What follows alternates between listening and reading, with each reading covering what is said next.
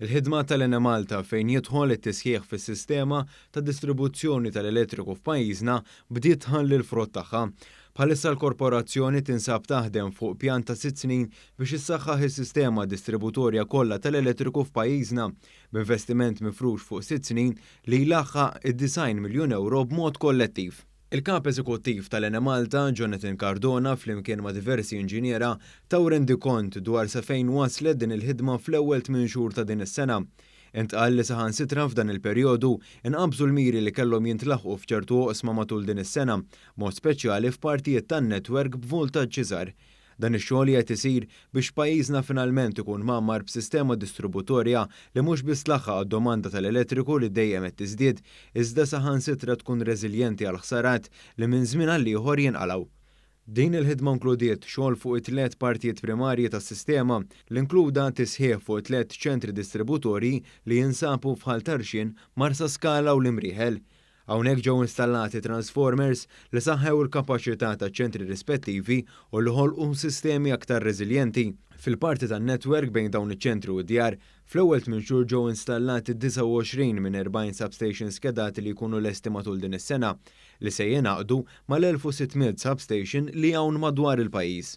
Dan fil-waqt li qed isir xogħol biex is-substations ikunu magħmra b'sistemi awtomatiċi sabiex f'każijiet ta' ħsara jinqalbu b'mod remot mill-kwartieri tal-Ene Malta. Fl-ewwel 8 xhur ta' din is-sena saru wkoll 7 cables ta' 11 kV intiżi biex isaħħu s-sistema distributorja. Matul l-istess perjodu ġew installati wkoll l-aktar mid-doppju tal-low voltage feeders li jwasslu l-elettriku lejn id-djar. L-Inġinier Steve Farrugia li huwa d-Direttur Eżekuttiv għal proġetti u distribuzzjoni stqarr ma' dan l-istazzjon kif saru mal-45 cable ta' dan it-tip minn 20 oriġinarjament skedati.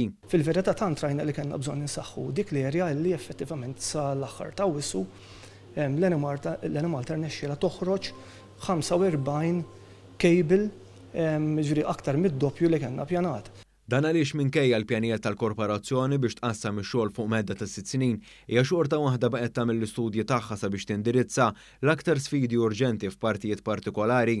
Ix-xogħol kompla wkoll sa quddiem id-djar u n-negozji fejn madwar 150 triq b'mod kollettiv ta' madwar 60 km kellhom il-linji mibdula jew sistemi ta' triface installati. Fil-konferenza tal-aħbarijiet intqal ukoll li l-Ene Malta mhux toqgħod lura wkoll milli tagħmel użu mit-teknoloġija relattivament ġdida ta' line voltage regulators li jirregolaw il-voltaġġ postijiet agrikoli b'domandi żgħar wisq għal substation minn dawn diġà ġew installati 25.